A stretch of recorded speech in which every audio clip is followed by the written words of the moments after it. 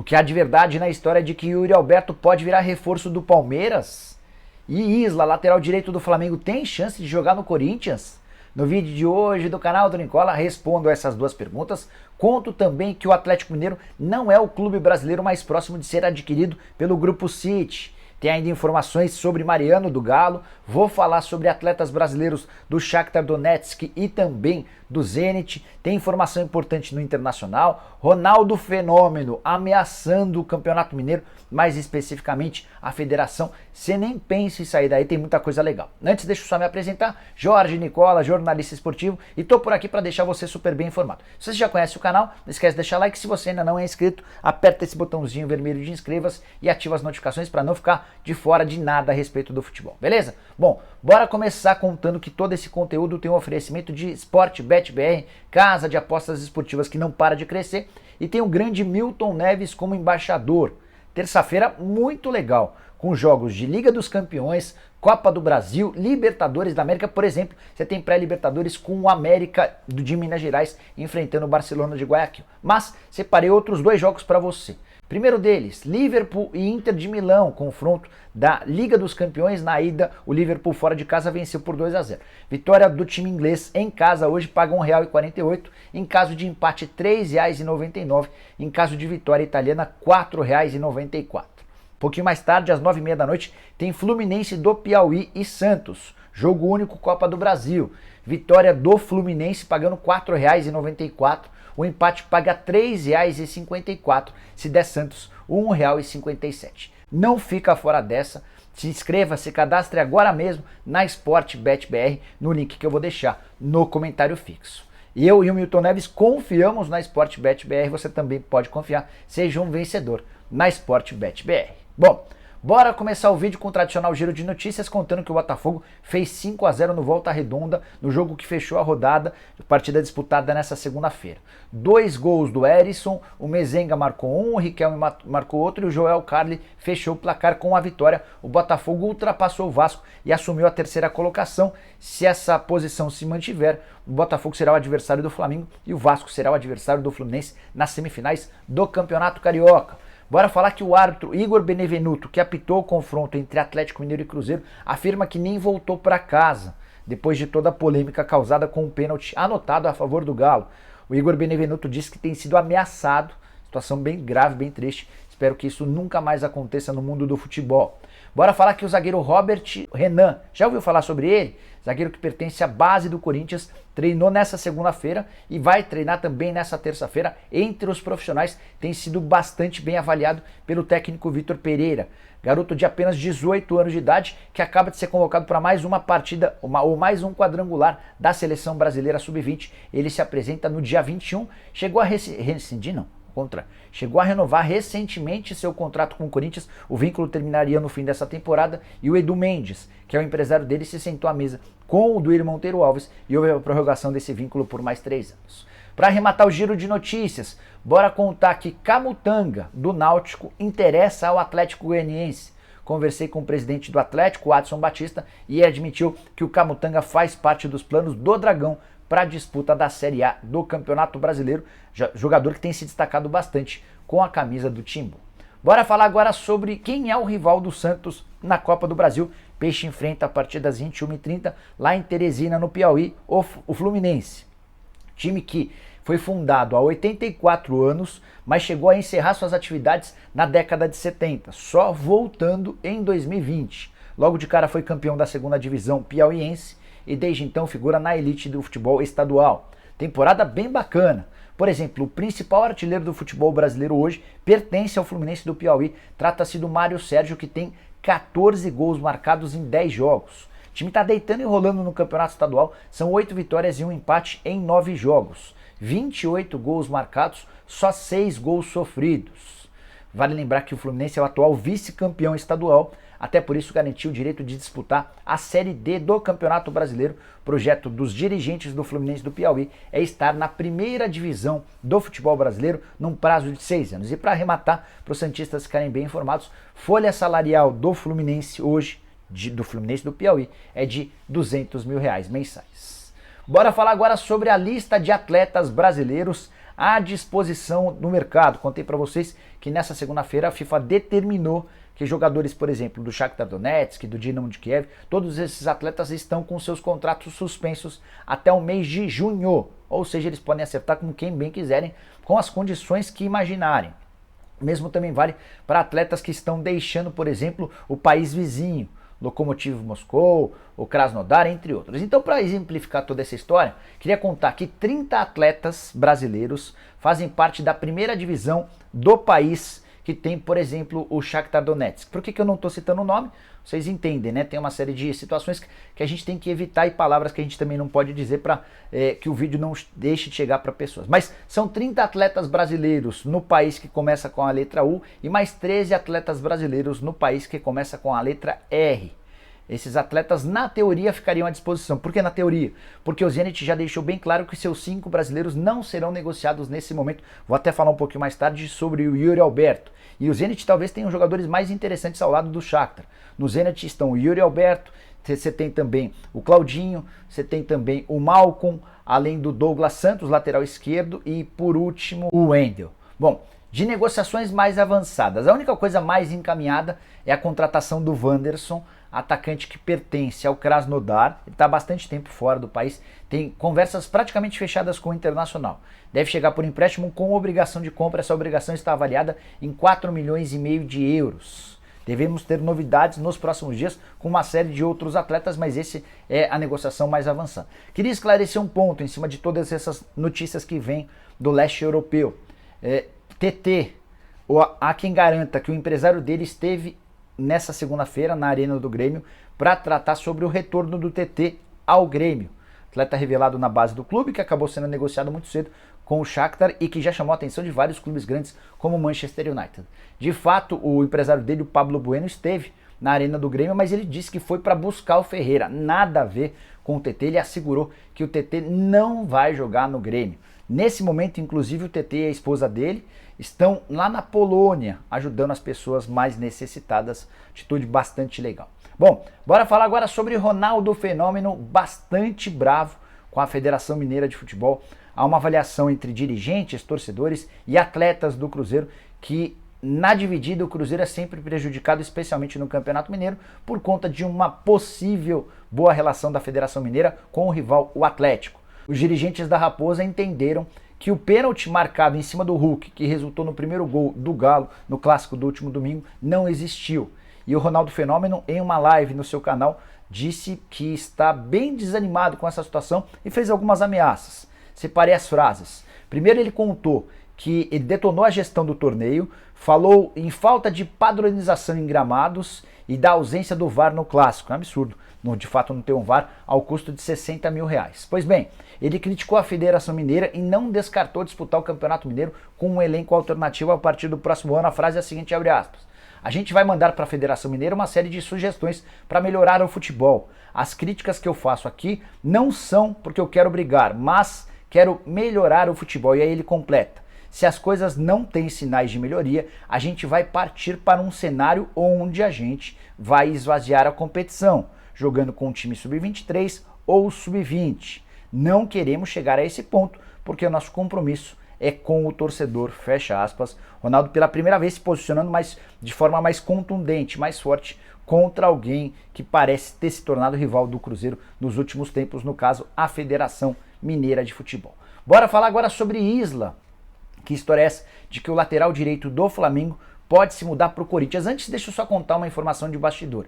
O Isla foi multado em $10 mil por conta do episódio na semana passada, quando ele alegou resfriado para não ser relacionado para a partida, e no final das contas descobriu-se que ele havia feito uma festa no dia anterior para a filha, inclusive postou fotos durante a madrugada, aquela coisa toda. De fato, a multa existiu, mas o Isla conseguiu convencer os dirigentes do Flamengo de que a multa estava muito exagerada, a multa caiu para $5 mil.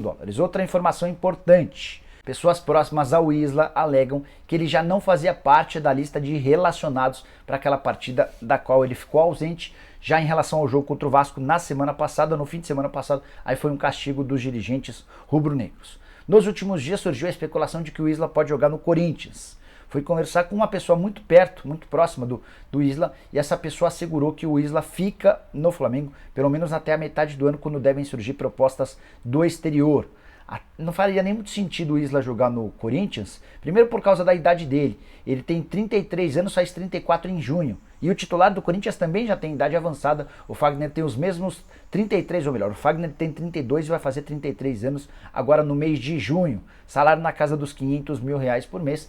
Não imagino que o Corinthians desembolsaria tanto dinheiro para contratar um reserva, embora exista a necessidade de um substituto melhor para o Fagner do que o João Pedro, que foi contratado naquela questão que envolveu o Roger Guedes, como faz parte do mesmo empresário, ele acabou entrando como um contrapeso. Beleza? Bora falar agora sobre Pedrinho. Qual será o futuro do meio atacante, ex-Corinthians? O Will Dantas conversou com a gente na última sexta-feira e falou que eram mais de 12 propostas, 8 de clubes brasileiros, mais 4, 5, 6, enfim, não paravam de aumentar as propostas pelo Pedrinho, também vindas do exterior. O Porto era um dos favoritos, tinha um time grande do futebol espanhol, falou-se em Corinthians, em Palmeiras, São Paulo, Botafogo, entre outros no futebol brasileiro. Mas, o que eu queria contar para vocês é que um dirigente importante lá do Corinthians, que me passa uma série de informações super relevantes, afirmou que o Pedrinho não será contratado pelo Timão. Fiquei surpreso, porque o próprio Will Dantas já havia dado sinais de que a preferência era para o clube no qual o Pedrinho foi revelado. A boa notícia é de que essa história tem prazo curto para terminar. Segundo o Will Dantas, conversei com ele antes de gravar esse vídeo, a ideia do Pedrinho é fechar o seu novo clube até no máximo sexta-feira. Outra boa notícia é que o Shakhtar Donetsk liberou o Pedrinho para atuar por empréstimo até o fim da temporada. Então, no caso específico do Pedrinho, não vai haver a necessidade de fechar um empréstimo curto até a metade do ano para que depois ele tenha que ser devolvido. Ele vai poder ficar até o fim desse ano no futebol brasileiro. Pedrinho disse que quer ficar por aqui. Depois de tudo que passou, ele precisa dar essa relaxada, ficar um pouquinho longe de todo o barulho que tem sido feito lá no leste europeu, tá? Palmeiras e São Paulo têm interesse sim na contratação do Pedrinho. Como é que você vê o Pedrinho jogando num grande rival? Será que caberia bem? Enfim, bora falar agora sobre Yuri Alberto e essa história de que ele pode virar reforço do Palmeiras. O namoro entre Palmeiras e Yuri Alberto é bem antigo. Quando o Yuri deixa o Santos, o Palmeiras chegou a fazer proposta oficial, mas na última hora acabou não sendo tão convincente quanto precisava. Aí foi um demérito grande do Anderson Barros, que não apostou no potencial do Yuri Alberto. O Yuri foi para o Internacional, arrebentou e acaba de ser vendido por 25 milhões de euros para o Zenit. Chegou faz pouco tempo, tem só 5 partidas com 3 gols marcados. Nesse exato momento, por conta de toda a turbulência que existe, especula-se que os atletas do Zenit podem se juntar a outros estrangeiros, deixando o país. Fui checar com o André Cury, que é um empresário do Yuri Alberto, se existe alguma possibilidade nesse sentido. E a resposta foi: ainda não há chance de o Zenit liberar seus jogadores. O time está brigando pelo campeonato russo, inclusive o primeiro colocado abriu vantagem em relação ao seu adversário mais próximo. Hoje a diferença é de 5 pontos de vantagem do Zenit, primeiro colocado, para o vice-líder do campeonato por lá. Também de acordo com o André Cury, quando eu perguntei se o Yuri Alberto tem um acordo fechado com o Palmeiras, a resposta foi assim: besteira essa história de que ele está acertado com o Palmeiras. Não tem nada. Acho até de fato que não tem mesmo. O Yuri foi comprado por 25 milhões de euros, só 20 anos de idade, fase muito bacana, cara que está se adaptando bastante bem ao novo clube. E o Palmeiras não parece ter muita capacidade financeira de fazer qualquer movimento contrário, especialmente se o Zenit não quiser liberar seus atletas. Se você leu em algum lugar que o Yuri Alberto já fechou com o Palmeiras, o empresário dele assegura que não existe nenhuma possibilidade disso já ter acontecido. Só para arrematar, é legal contar que o Palmeiras estabeleceu como meta para o seu programa de sócios torcedores 100 mil sócios torcedores até o fim da atual temporada. Palmeiras que já chegou a ser líder do número de sócios torcedores no país, mas houve uma queda grande do Avante nos últimos tempos. Por outro lado, se já chegou a ser líder, o Palmeiras chegou a ter cerca de 30 mil recentemente. Então o objetivo agora é retomar essa condição de um dos protagonistas quando o assunto é sócio torcedor. Bora fechar o vídeo. Não, tem mais 2 informações importantes ainda. A penúltima, bora falar sobre Mariano, lateral direito que pertence ao Atlético Mineiro. O Galo tem pressa para estender o contrato do jogador de 35 anos de idade e eu explico o porquê. São 7 atletas do Galo cujos contratos terminam até o fim dessa temporada. E a prioridade hoje é do Mariano porque no início do mês de fevereiro, no fim da janela turca, o lateral recebeu uma proposta do Adana, que é hoje o 5º colocado do campeonato turco. A ideia desse time era oferecer 2 anos de contrato e um aumento de 50% nos salários na comparação com o que ele ganha no Atlético Mineiro. Antes mesmo de o Mariano e seu empresário, Marcelo Robarinho, tentarem qualquer coisa com o Galo, os dirigentes do Atlético já deixaram bem claro que ele é inegociável, que não está à venda, não será negociado. E houve a promessa de que depois da final da Supercopa e do Campeonato Mineiro, o Marcelo Robarinho será chamado para tratar sobre a extensão desse contrato por pelo menos mais uma temporada, possivelmente com um aumento salarial. Antes de mudar de assunto, só contar sobre os outros 6 atletas do Galo cujos contratos estão vencendo. O primeiro deles a acabar é do Tietê, que se encerra no fim do Campeonato Mineiro, será devolvido ao São Paulo.